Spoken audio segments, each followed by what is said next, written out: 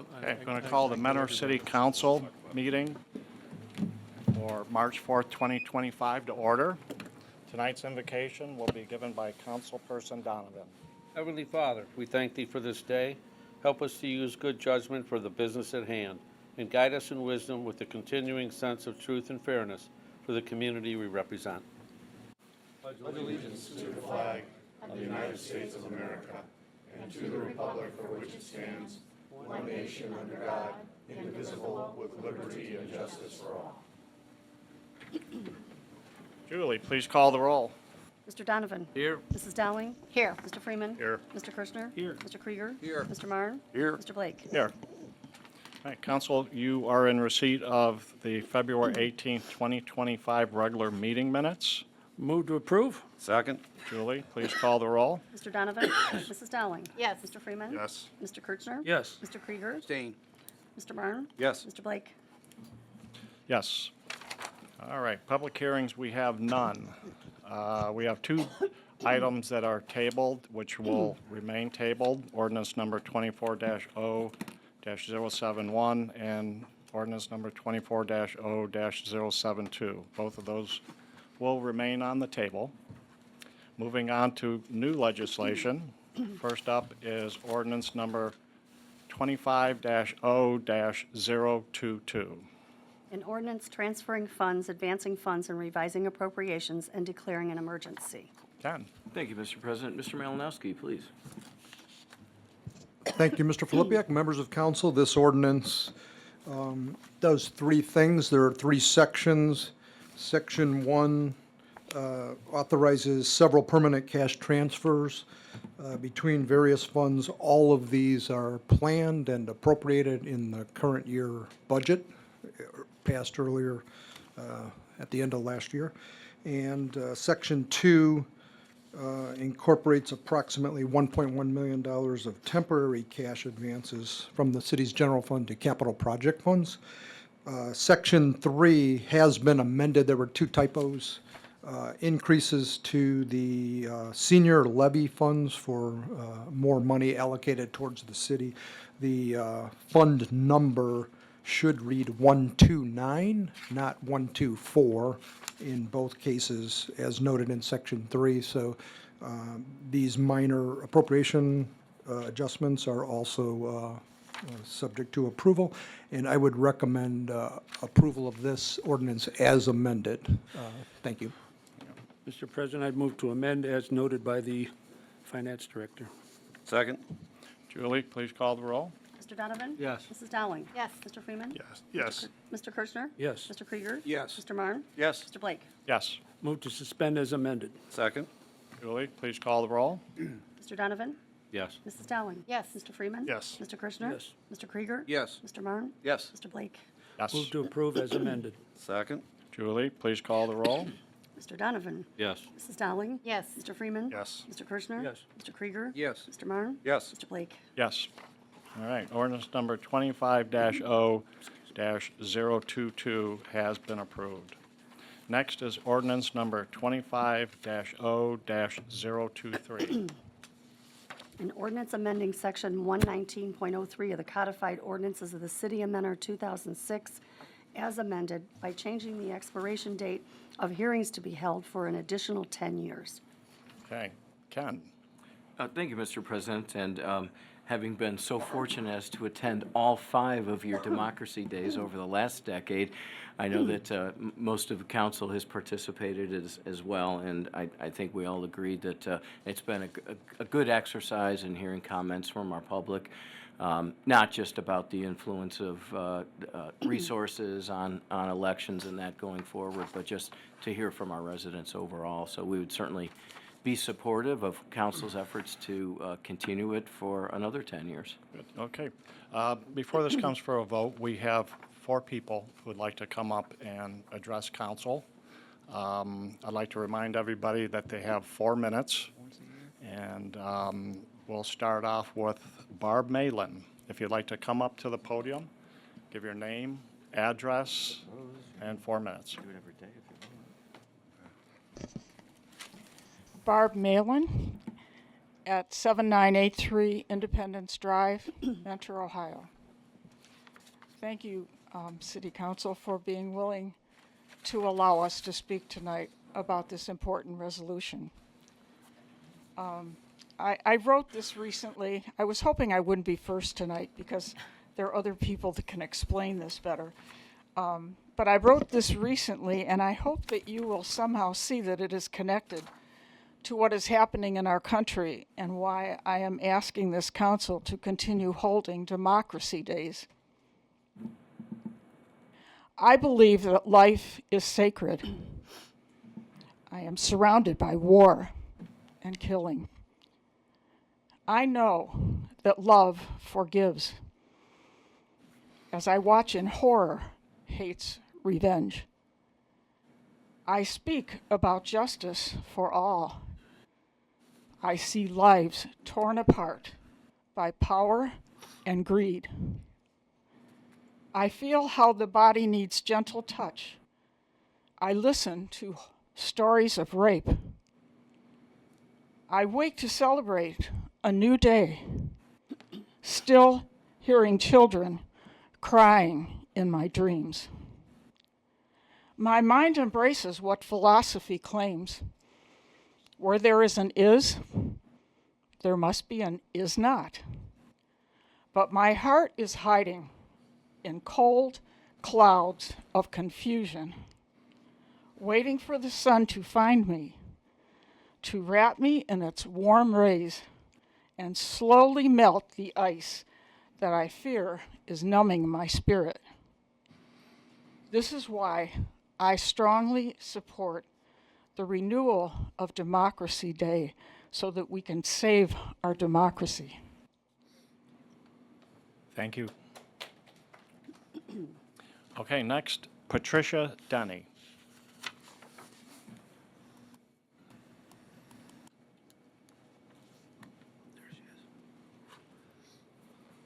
And we'll start name and address, please. Oh, here we go. Patricia Denny, 7465 Mountain Quail Place, Concord Township. Thank you and good evening for considering the extension of Democracy Days here in Mentor for the next 10 years. My early years of life were spent living with grandparents and aunts and uncles in the Glenville neighborhood of Cleveland. I had 3 uncles from that household who served in the United States Army during World War II. And I'm changing their first names to respect their privacy, even though they're no longer living. Uncle Rick served in the Pacific Theater. Uncle John served in France. And Uncle Chuck served in Italy. 3 from the same family. Those were years of constant worry for my grandparents and the other aunts and uncles who lived in that same house with us. And yeah, they knew they were the lucky ones because all 3 of those men made it back home. Others in their neighborhood were not as lucky because their sons died serving this country. If my uncles were still alive today, I think they might be asking what the point was of their service, especially today, when freedom and democratic values of everyone having a true voice in elections are so threatened. They might be asking why their service mattered if unelected billionaires and corporate elites can dictate how we think and how we act, because they control, the nation's wealth and media, our minds. They control our minds too. It's what Hitler did, and it's what the KGB man, who is the leader in Russia, has been doing, the unraveling of democracy. This is why reinstalling Democracy Day is so important for reaching the general public. It's one way out of many. Thank you. Thank you very much. Next is David Lima.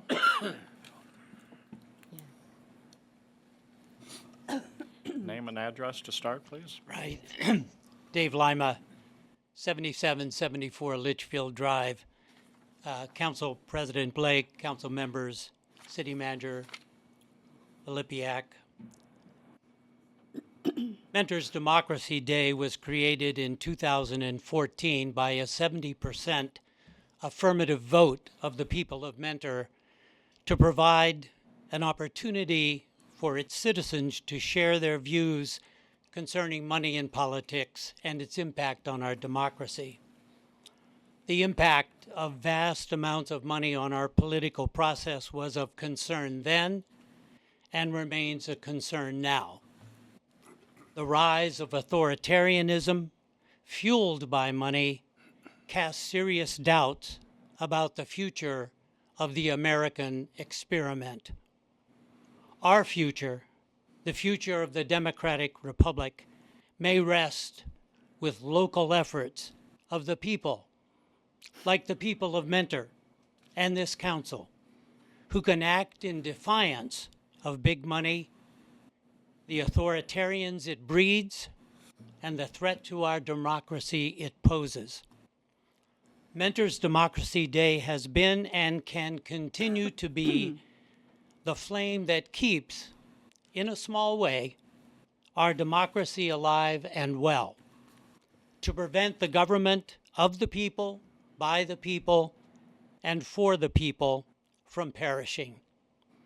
I support Ordinance 25-0-23, amending sections 119.03 of Mentor's codified ordinances, extending the expiration date of Democracy Day public hearings for an additional 10 years. It deserves to be preserved through an affirmative vote of this council. Such actions would place Mentor among 16 other Ohio cities that have passed resolutions and 11 who have passed ballot issues over the past 2 decades. I urge council to vote yes on Ordinance 25-0-23. Thank you. Thank you very much. And lastly, Sue Stromberg. Name and address, please. Good evening. My name is Sue Stromberg. I'm at 6841 Cherry Blossom in Mentor, Ohio. I just would like to affirm my support for the continuation of Democracy Day. I feel it serves a very valuable purpose.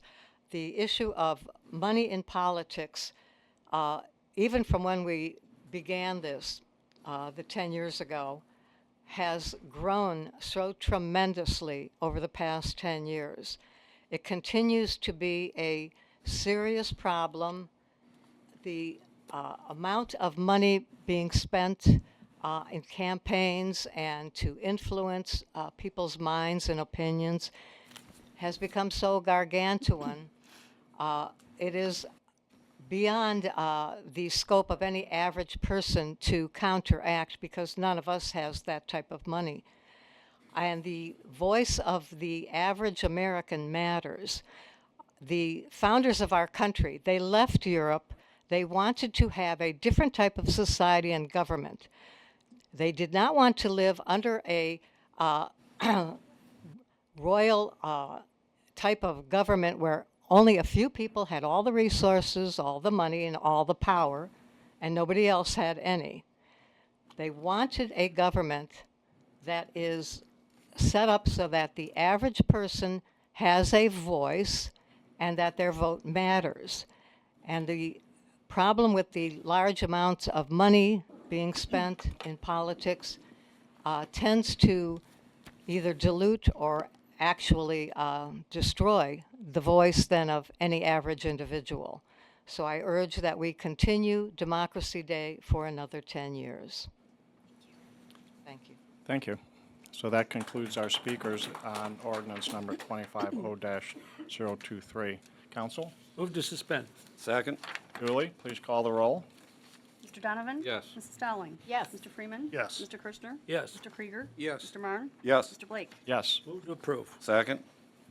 Julie, please call the roll. Mr. Donovan? Yes. Mrs. Dowling? Yes. Mr. Freeman? Yes. Mr. Kirschner? Yes. Mr. Krieger? Yes. Mr. Marn? Yes. Mr. Blake? Yes. Ordinance number 25-0-023 has been approved, and Democracy Day will go on for another 10 years. See you guys next time around. Thank you. All right, moving on is ordinance number 25-0-024. An ordinance authorizing the execution and delivery of a Mentor Economic Development International Passport Grant with Halcyon ECO, Inc. Ken? Thank you, Mr. President, and I'm going to introduce Mr. Malachek here in a moment, but we do have a special guest with us today, and I will let Mr. Malachek introduce him, but I'm sure that being a guest from Ireland, he's probably happy to see that we still practice democracy in this country. So, Mr. Malachek. Thank you, Mr. Fleabag. Halcyon Eco Inc. is currently a subsidiary of Roscommon Ireland-based Halcyon Group, a company establishing their U.S. headquarters here in the city of Mentor. Their Mentor offices will launch their U.S. market for an innovative cooking oil filtration device used by various entities in the hospitality industry. Halcyon Eco specializes in a unique fryer management system that cleans fryers, filters the oil, and allows a business to safely transport expired oil. It can cut costs of oil for a business up to 60% and provides a sustainable option for reducing carbon emissions. Halcyon Eco and its founder, Peter Kerwin, who is here today, were originally introduced to the city of Mentor through Platform 94 in Galway, Ireland. Mr. Kerwin and his colleague, Mr. Martin Clowry, first visited the city of Mentor in August 2024 and were introduced to a variety of potential customers in the restaurant, catering, and hospitality industries. Mr. Kerwin has made 4 subsequent visits to the city of Mentor in Northeast Ohio, securing dozens of sales contracts for the Halcyon Eco device, and is working with Mentor-based Nova Manufacturing to make the machines here in the city of Mentor. Initially, Halcyon Eco will be housed with the Mentor Area Chamber of Commerce for their administrative offices at 6972 Spinach Drive, Mentor, Ohio, as part of a cooperative agreement. Halcyon Eco projects to create 2 jobs in 2025 and up to 8 jobs by 2027, with a beginning payroll of $210,000 in 2025. The administration focused on new payroll for purposes of calculating the Mentor International Passport Grant. Over $887,000 of new payroll is projected over the 3-year grant term. Based on the guidelines of the Mentor Economic Development Grant Program, Halcyon Eco would qualify for a $5,000 initial Mentor Economic Development Grant under that program. And Mr. Kerwin would like to say a few words to all of the council this evening.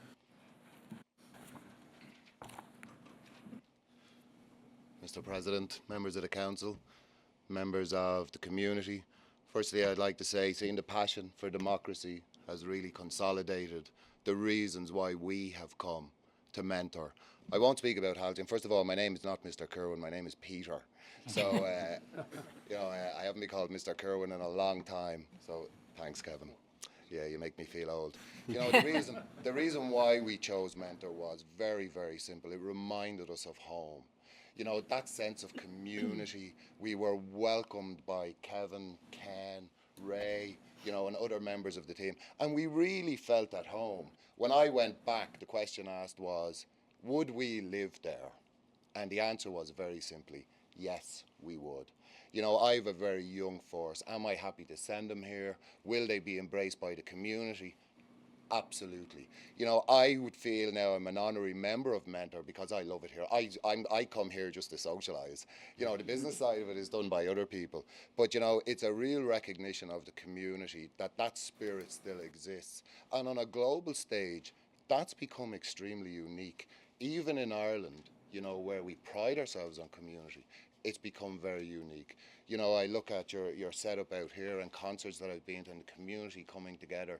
It's extraordinarily unique. And our ambition over the next year, and actually today the decision was made that we're going to create our own manufacturing plant. And over the next 5 years, we're going to create 100 jobs here in Mentor. We are going to place Mentor on the map for the filtration of oil on a global stage. From an R&D perspective, from a manufacturing perspective, your current President has been harping on about this now for years and years. We are now a prime example of a company that's here. We're being supported by the local community. You know, $5,000 might not sound like a lot, but it's an enormous amount for a company that is investing very heavily. So I'd like to thank the council members. I'd like to thank the community, and I hope to be here for the next, how long I have left. So thanks to everybody in Mentor.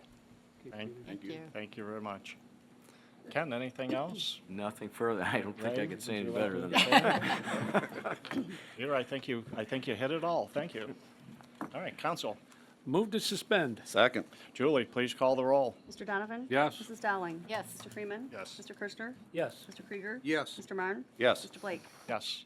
Ken, did you? Yeah, Mr. President, I do want to say one thing, which is we appreciate, we want to thank Mr. Kerwan for his investment here. And, you know, we will be good partners, but it's a big step for a company from abroad to come here and invest and take a chance on any community. And we just appreciate everything he's willing to do here. And it's also a big win for you guys who went over there and found them. You know, and I'm sure he will go back there and tell more about how friendly we are here and a great place to land. So, yeah, congratulations to our team. Thank you. All right. Flip you back, Peter. Yes, well. Okay. I need a second. All right. Do we have a second on that? Second. Okay, Julie, please call the roll. Mr. Donovan? Yes. Mrs. Dowling? Yes. Mr. Freeman? Yes. Mr. Kirschner? Yes. Mr. Krieger? Yes. Mr. Marn? Yes. Mr. Blake? Yes. Okay. Ordinance number 25-0-024 has been approved. Second reading, we have one. Resolution number 25-R-103. A resolution condemning councilperson Scott J. Marn for gross misconduct and violation of his oath of office and requesting that he submit his resignation. I think it's appropriate that I read this whole entire resolution so that everybody can get a sense of what's in it. It's a little long, so bear with me. I'm going to begin.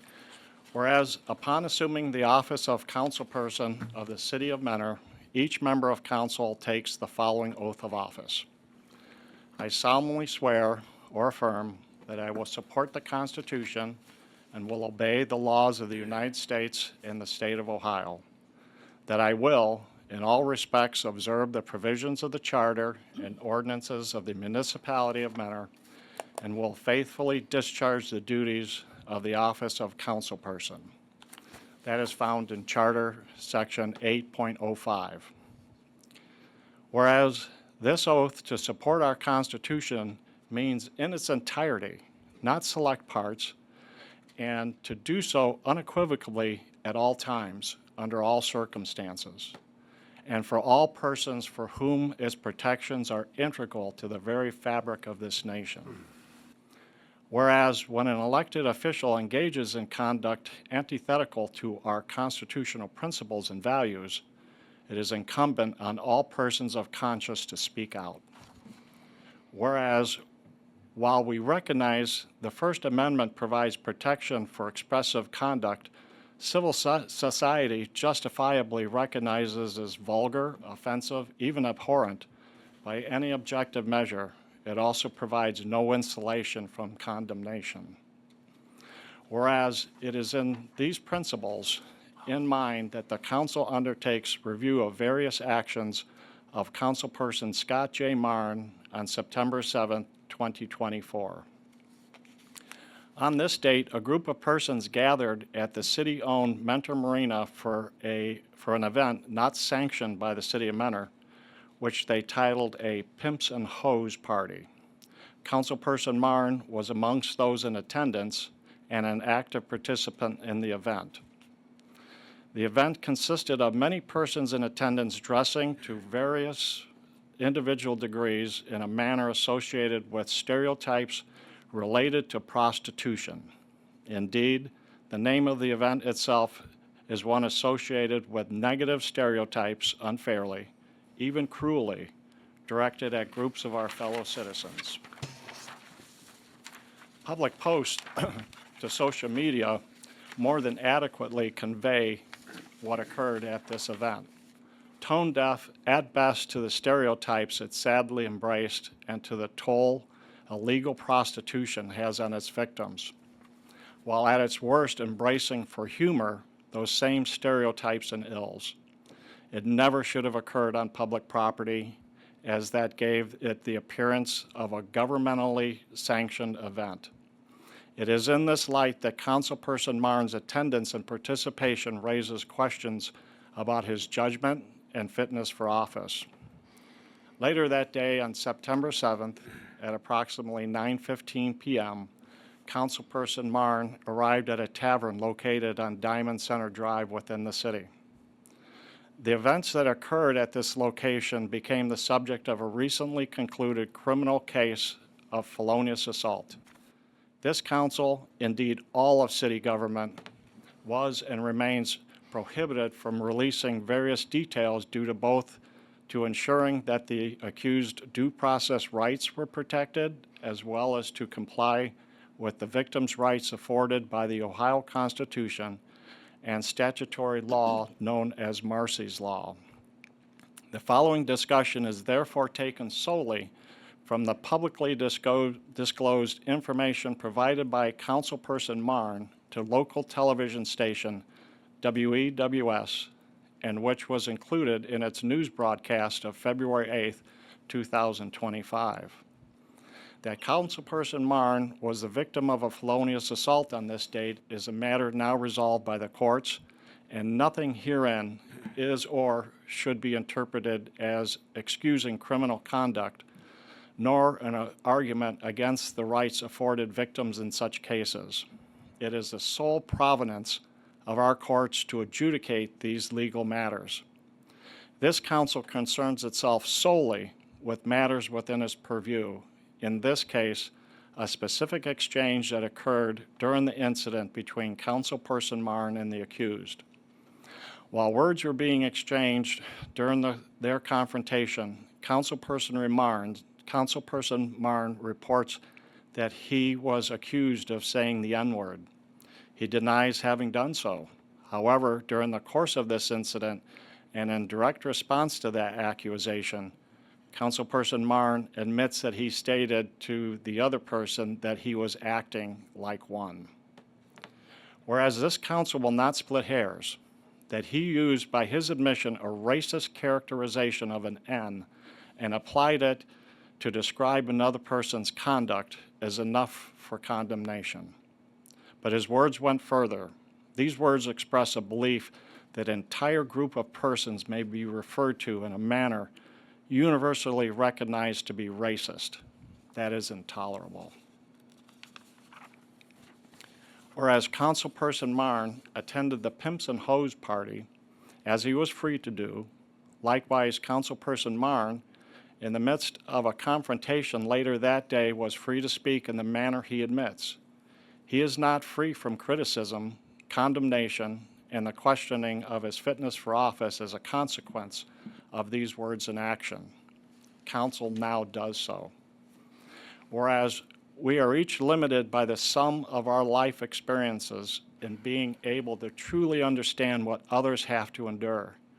In that respect, we owe to one another the simple human courtesy to listen with an open mind, to react with empathy, recognize their dignity and worth, to effect positive change whenever we can, and to do no harm of our own accord. Whereas certain words which carry the weight of past and current evils are not spoken but only alluded to, as we have done here so, out of respect and understanding of what those words mean and the harm they cause. It is not self-censorship.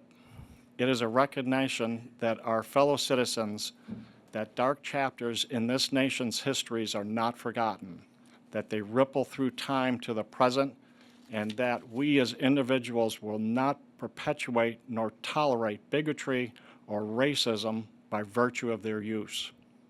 To those who would attempt to defend such language, yes, we can all recognize the First Amendment affords persons the freedom to say such words. but we are also free in the exercise of our humanity to refrain from their use. Reasonable people may question what lies in the hearts and minds of those who would use such language. And when those persons are public officials sworn to defend our constitutions and laws, such questions demand answers and accountability. Whereas elected officials hold considerable authority, they also hold the public trust. Both require that they act at all times in accordance with constitutional guarantees that afford all persons equal protection under the law. Councilperson Marn's behavior undermines and leaves open to discussion whether he has the capacity and the fitness to abide by his oath of office and act only in the furtherance of the laws and the Constitution. As to these questions, in accordance with Section 3.14 of the Charter, Council does not now answer. It does now with regret, but absolute resolve condemn these words and actions and call upon Councilperson Marn to resign from office. So to end this, now therefore be it resolved by the Council of the City of Mentor, County of Lake, State of Ohio, that Councilperson, Section 1, that Council does hereby condemn Councilperson Scott J. Marn for his behavior on September 7, 2024, as detailed in the preamble. Section 2, Council calls upon Councilperson Scott J. Marn to resign from his office for the reasons detailed in the preamble hereto and for good of the community. Section 3, the Council directs the City Manager to undertake a full review of policies and regulations that led to persons holding an unsanctioned event at the Mentor Marina on September 7, 2024, and to timely report to Council regarding his conclusions and recommendations to prevent such unsanctioned events from occurring in the future. Section 4, it is found and determined that all formal actions of this Council concerning and relating to the adoption of this resolution were an open meeting of this Council, and all deliberations of this Council and any of the committees as resulted in such formal action were in meetings open to the public in compliance with all legal requirements, including Section 121.22 of the Ohio Revised Code. And lastly, Section 5, that this resolution shall take effect at the earliest time provided by law. That concludes the contents of the resolution. We do have people here wishing to speak on this resolution. First person is Haley Holben. Is she here? Okay. If you'd like to come up to the podium, name, address, and 4 minutes. Haley Holben, 1 Laverne Lane, Chardon, Ohio.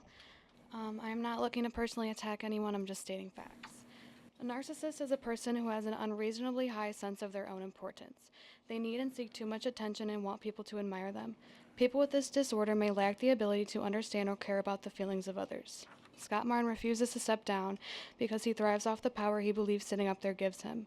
He believes he did nothing wrong but issued an apology and agreed to taking a bias training class. On February 18th, Scott said, "And then I finally said what I shouldn't have said. So what did you say?" His wife admitted to him saying the N-word, so either he's lying or she has a vendetta against him. Scott intentionally let the people speak first last time so nobody could contradict his lies, even though he does that on his own. His story sounded like a bad romance novel. He stated they stopped to look at the sunset. This incident occurred at 9:16 p.m. according to security cameras. The sun had set that evening at 7:47 p.m. He claims he heard a red car start up. The car was already started and behind the building, so how could you hear it and see the color? Then he saw Wendy fly over the car, threw her over his shoulder, and then they both picked themselves up off the ground. I have personally seen the footage and have it with me. Nobody was hit with the car, and nobody had to pick themselves up from the ground. Tony stopped the car, and Scott walked right to the window, verbally attacking Tony. I would be more than happy to continue dissecting his lies, but we all heard the same story. We all saw the sick smirk on his face, a smirk no true victim would have. As a representative of this city, Scott holds a position of trust and responsibility. His actions reflect not only on himself, but also on the integrity of the council as a whole. The use of racial slurs perpetuates discrimination, fosters division, and undermines the progress made toward building a diverse and harmonious community. Allowing such behavior to go unchecked sends a dangerous message that prejudice and bigotry have a place in our leadership. This is not the example we want to set for future generations, nor is it the standard we should accept from those in positions of power. Scott made it seem acceptable to assault and degrade someone because of their criminal past. He went as far as having Ken Jevnikar read word for word what the prosecutor said during Tony's sentencing, even though Ken has his own criminal history, such as a domestic battery charge. Scott? Ms. Hovind, we're going to stick just to this topic and not speak about other people, okay? Okay. Back the charter? Oh, that's pretty good. Scott did this to try and take away from the fact that he is a racist sitting upon the council. Not only is he racist, he also uses his position to harass and degrade women. Ms. Hovind, let's not go to any conclusions. No personal attacks, okay? Okay. It's 2025. Women and people of color are no longer property of men. Council, I urge you to take this decisive action by removing Scott Marn from his position. Stand up for the people of Mentor. The step is necessary to reaffirm our commitment to justice and equality and to demonstrate that hate speech has no place in this city. Okay, thank you. Okay, next is Jean King. If you'd like to come up to the podium. Name, address, 4 minutes. Jean King, 8447 Trimble Court, Mentor. I've lived in Mentor about 10 years, so I missed the big shakeup in 2011 when 2 city council members were unseated. One was on council 34 years and the other 18.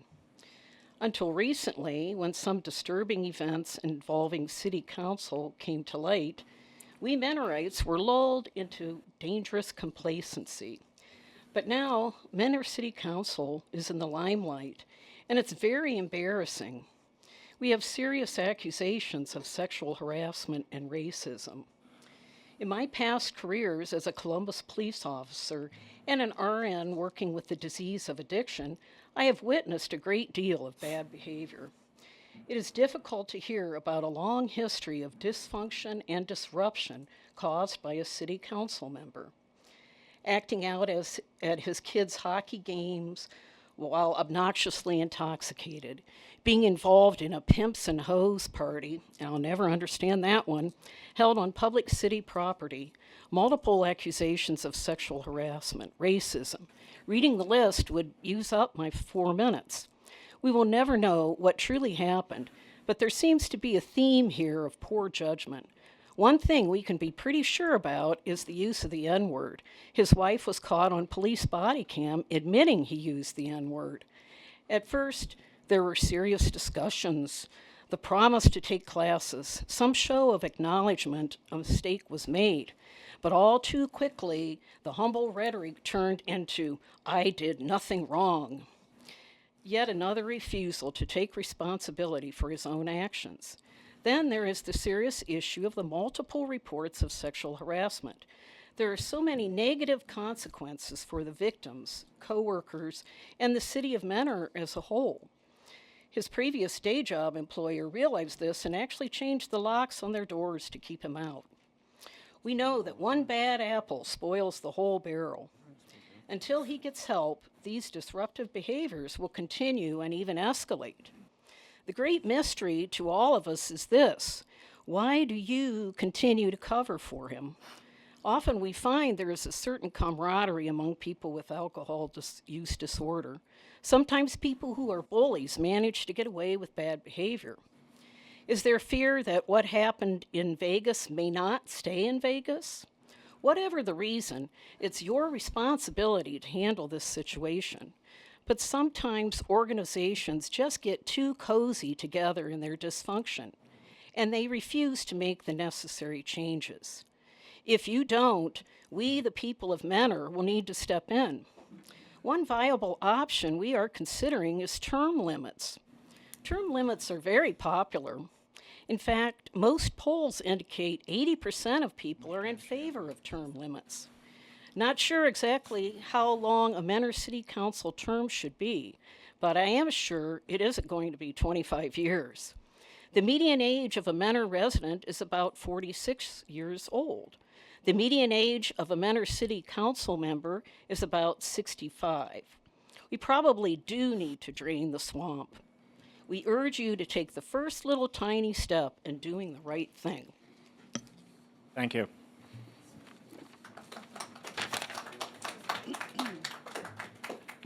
Okay.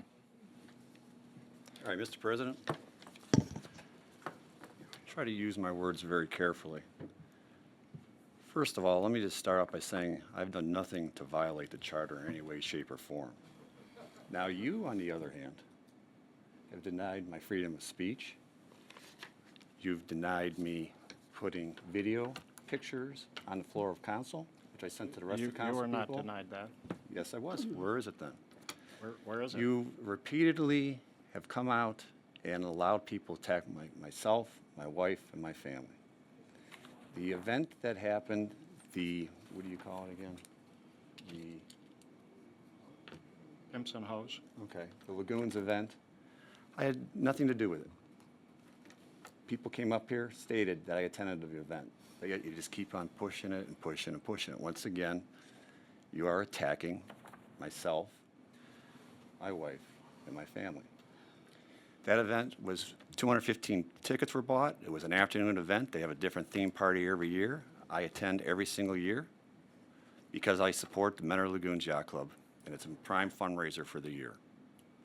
There's people there of all ages. There's people there of all colors. There's people there of all ethnicities. I know Sicilians were there, Italians were there, Slovenians were there, Slovaks were there, Mexicans were there, so on and so forth. There was a fire chief there. There was a police chief there. There was a lawyer there. There was RNs there. There was business owners there. Local TV personalities that talk about the weather. So by coming out and defaming me, you're defaming these 215 hardworking people that are dock owners and friends and family that pay an average of $3,000 a year for the docks. Now, at BW3, there's one of the things that I wanted to show, but wasn't able to show, because you didn't respond back to me. I would expect you to at least be professional enough to be able to do that and abide by the charter. Thank you, Your Honor. There is a presumption for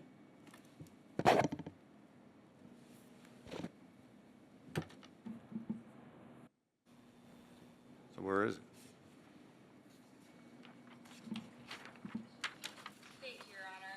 There is a presumption for prison in this case, and prison is certainly consistent with the defendant's actions It's the here. prosecutor. The defendant is somebody only reading it. 27 years old, however, I want to make sure has everything's factual. a lengthy criminal history, including multiple offenses of violence, beginning back when he was a juvenile. When he was a juvenile, he was convicted of Hold on, attempted please. burglary, receiving stolen property, burglary F2, assault F5, theft 3 counts, receiving stolen property 3 counts, obstructing official business, resisting arrest, another resisting arrest, criminal damaging, assault, burglary F4. And then, as an adult, he's convicted in 2018, attempted burglary F3 2 counts, identity fraud, aggravated theft. He's placed on probation to the Cuyahoga County Court of Common Pleas. He violates probation 4 times before ultimately just getting terminated from probation. In 2018, criminal trespass. He then commits a possession of cocaine, which he's convicted of in this court, where he has multiple probation violations before being sent to prison, including NeoCap. In 2020, attempted domestic violence. Again in 20, domestic violence. Again in 20, assault with a probation violation. 2020, another domestic violence, a misdemeanor, with another probation violation. In 2021, domestic violence F4, where he's sentenced to 2 years probation and programming. Probation's ultimately terminated in that case. 2021, domestic violence, another misdemeanor. 2021, illegal restraint. 2022, domestic violence and misdemeanor of the first degree. There, he's ordered to mental health treatment and anger management. And then finally, we get to this case. And then while on bond in this case, he commits 2 separate offenses of violating a protection order, which ultimately results in 1 conviction and his bond being revoked in this case. So just looking at the defendant's criminal history, we can tell he's violent. He's had numerous opportunities at treatment, including anger management ordered multiple times, NeoCap. He can't follow court orders as demonstrated by his multiple probation violations. Can you run the meeting, please? Yeah, I will. I have the floor. Well, exercise it. Well, I can't talk Okay, if someone's talk, interrupting me. Scott, talk, There you go. talk. Well, you're violating the charter once again. So, that night was an unfortunate night. My wife went there to meet our 2 kids, our family, and our friends, a total of 10 people, total.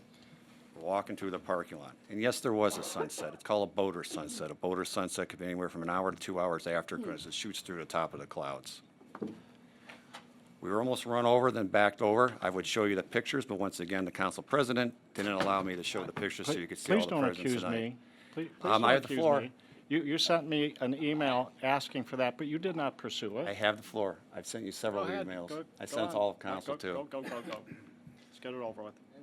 So, Please, again, Mr. President, can we have the audience not Seriously. speak up? no. Can I'm we have asking some Please, control? can we have quiet here? Thank you. thank you. At which time we were violently attacked. There's no time to reach in a car, call somebody a name or anything when you grab yourself and you grab your wife and you throw yourselves out of the way and you hit the pavement. Explained it all last meeting. It was an unfortunate incident. We were called every name in the book. My wife was spit on. She couldn't call 911 because he knocked the phone out of her hand. And I admit it. I said, he said, you want to call me one, don't you? I said it 20 times, and I admit it, met it on Channel 5 News, which, by the way, isn't accurate either, because they put a pause in there, a 5-second delay that wasn't there, and they sliced it up. So whatever you see on the news isn't always accurate. And I said, well, I don't know what to tell you. You're acting like one. And it was the wrong thing to say, and I apologize for it on behalf of this council, and I apologize for it in the city of Mentor and anybody else out there. But this all would have been avoided if he wasn't driving the car, because he doesn't have a license. So why was he driving a car, and whose car was he driving? He doesn't have a license. Good, thank you. Once again, can you please? You asked her. You asked her. She put her hand up and said. So it's okay to be a convicted felon, 40 total crimes, running down people, call them every name in the book, trying to escalate, and as the pictures would have shown, us trying to walk away and then sucker punch from behind. So what I have not done is violate this charter, take great pride in this charter. I've been here 25 years, wherever she is. I'm now 56 years of age. I ran when I was 29 years of age, and I've accomplished a lot. So I will not resign. I'm here for the people. I swore to take an oath for the people, and I'll continue to serve the people well. I would like to thank Mr. Krieger, because Mr. Krieger and Mr. Donovan have been up front since the day after it happened. I've always asked, how you doing, what's going on, let them know what the process is going on. Mr. Kirchner, thank you for taking the time to meet with me. Discussed everything that was going on when we were able to talk about it, because we weren't able to talk about it for 5 months, because it was a criminal felony 2 investigation that went to the county prosecutor that also went to the state. So I will be here. It is not right that you're using this as a public witch hunt, that you're not obeying the charter, and in terms of even running the meeting correctly. Thank you. Okay. Council. Move to approve. Second. Julie. Sorry.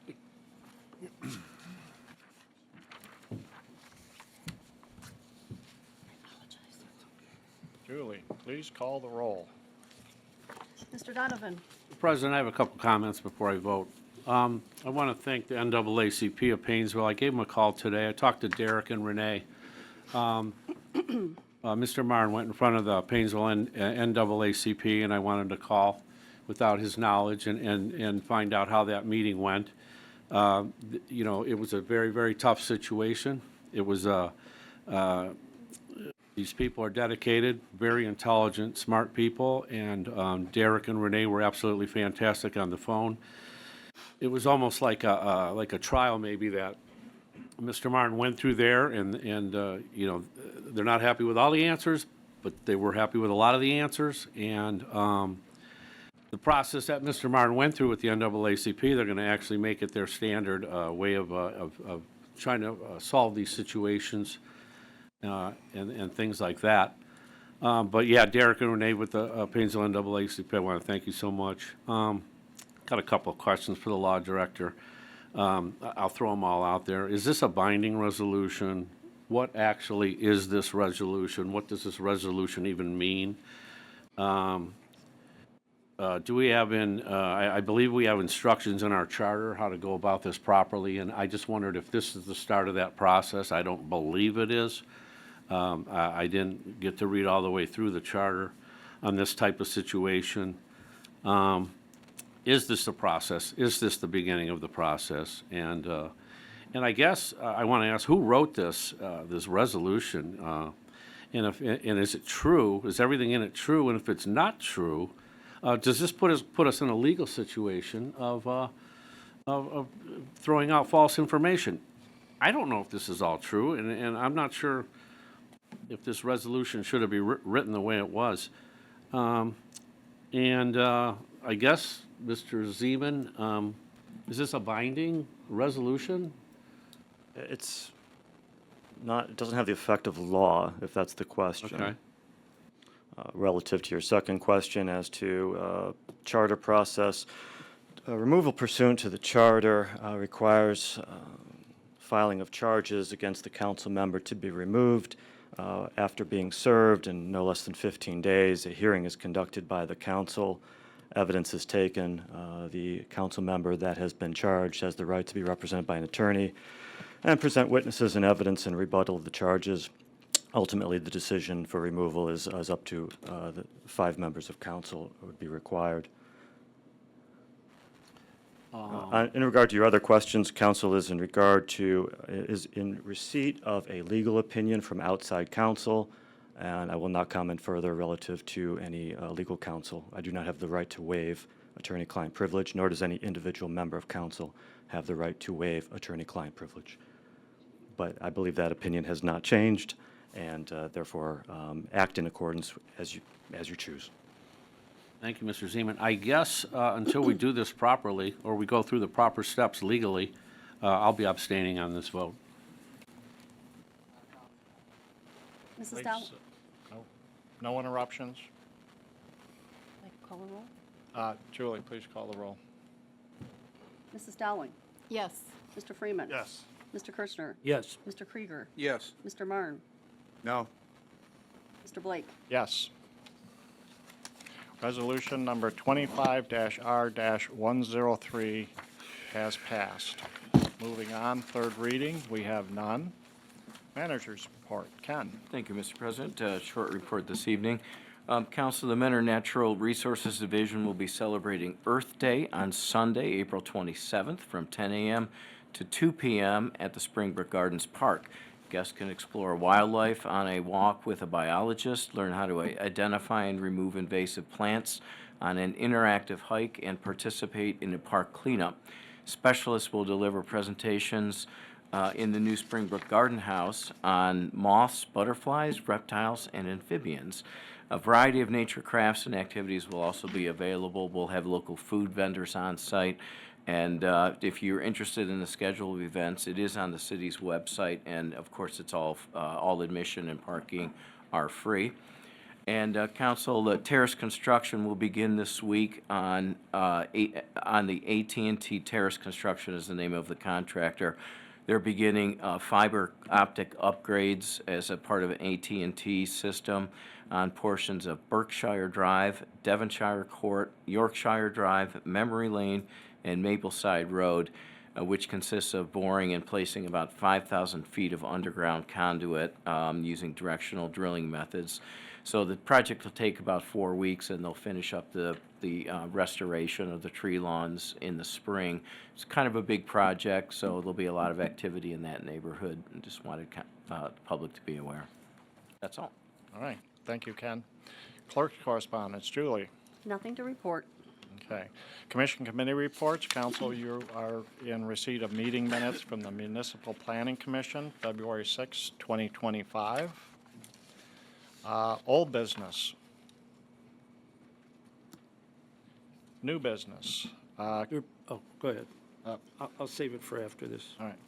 Council, we have a request for the use of city funds for one member of council to attend the annual International Conference of Shopping Centers in Las Vegas on May 17th through May 20th, 2025. Do I have a motion to approve that? So moved. Second. Julie, please call the roll.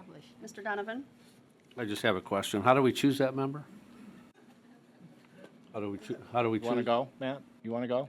No, I'm just wondering, is there a process to choose the member? Economic Committee. Okay.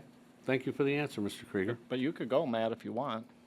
I'm just asking a question. I didn't say I wanted to go. Oh, Do you have a okay. problem with me asking a question?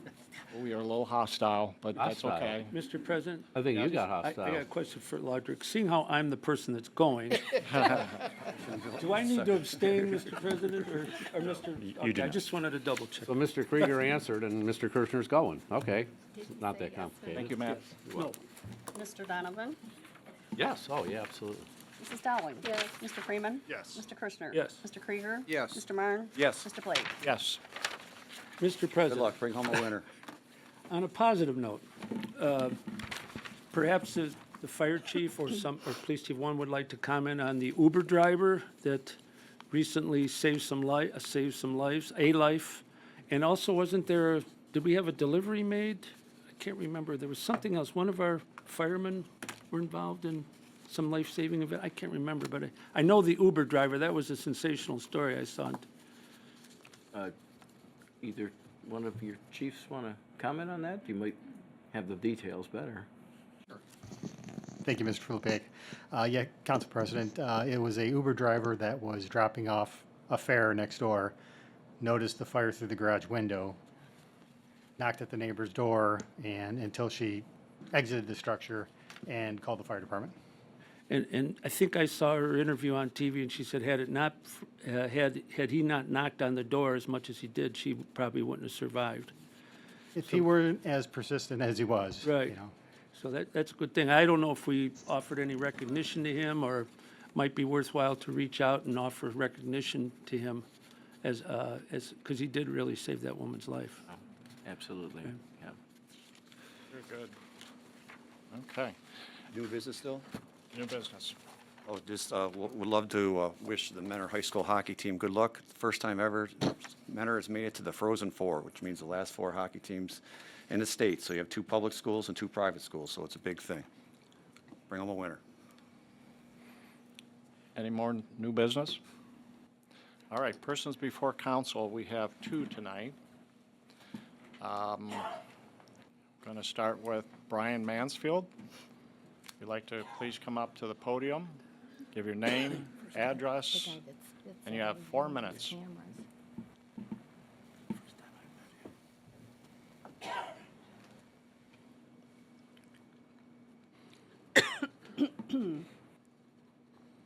Got my little timer here.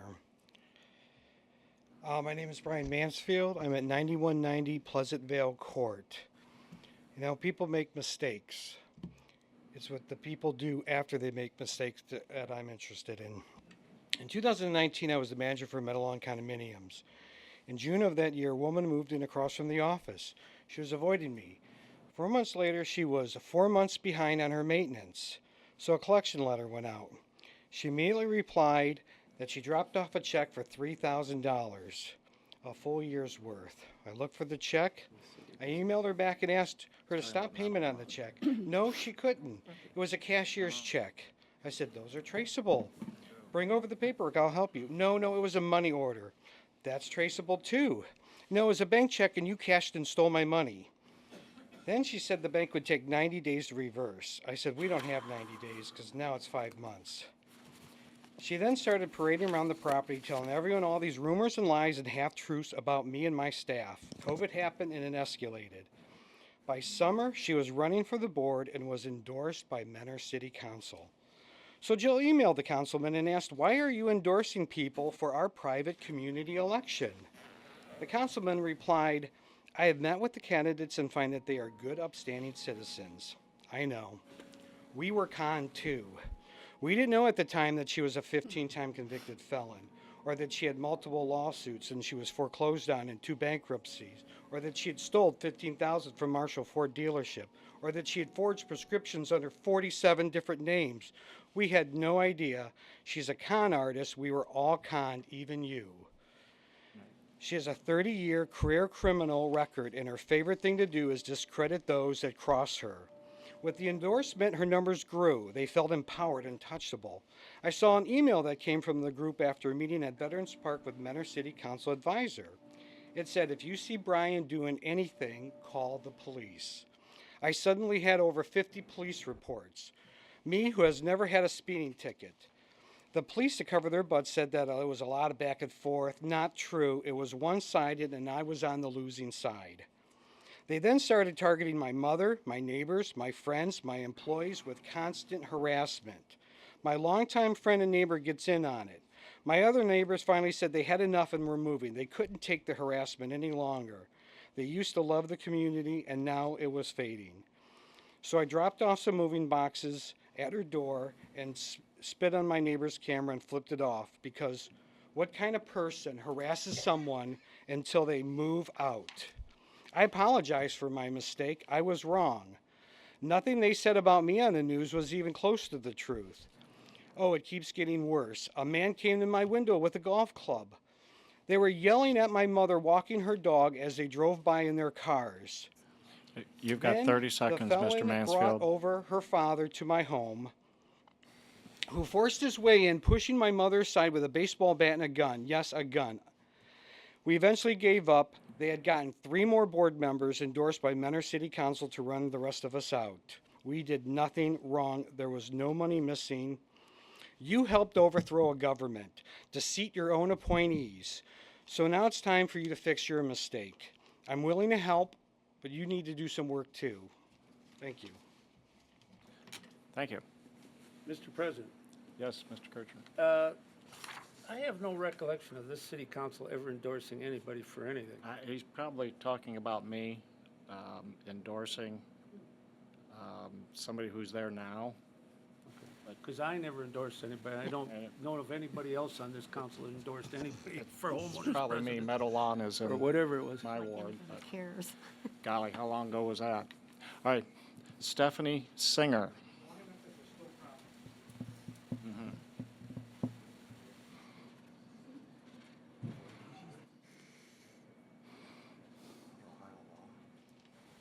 Name, address, Stephanie Singer, 4 minutes. 3 Meadowlawn Drive, Unit 21 in Mentor. I've lived in Meadowlawn condos since 2013, and I've owned for 10 years. Things have drastically changed since then. New administration and board are not working for our best interests. Our property is starting to look like a slum, and at one time, Meadowlawn condos was the top condominium complex in the city. The bylaws are not adhered to, and they are telling people they are responsible for repairs that are clearly designated to be their responsibilities. Common areas are supposed to be cleared, and several people have fallen and been hurt. Some of the elderly have hired young neighbors to shovel pathways so they can safely leave their units. Our maintenance fees are paid for these reasons, and I wonder what our money is being used for if not for this. We also have no idea or say in what our money is being used for. The board that was elected in September is now down to 3 people. Since 2 have left, 1 member is absentee who rents his unit, which is forbidden in the bylaws, but for some reason he's able to. They can't help, and they can't keep people on the board or in maintenance because they're always leaving. So our board president has complete control of our money, which is not her job. We have no accountants that we're aware of, and we have evidence of her making purchases to Instagram, Instacart, CVS Pharmacy, Cardinal drive-through beverage, and lots of cash withdrawals, which are not normal condominium office purchases. We also have a receipt for carpeting she purchased from Home Depot and had installed in her unit using a Metalon credit card, which indicates misuse. People have reached out to the city and they say it's private property and can help us, but we really need your help. Thank you. Thank you. Okay, I think that's the last person before council. Move to adjourn. Second.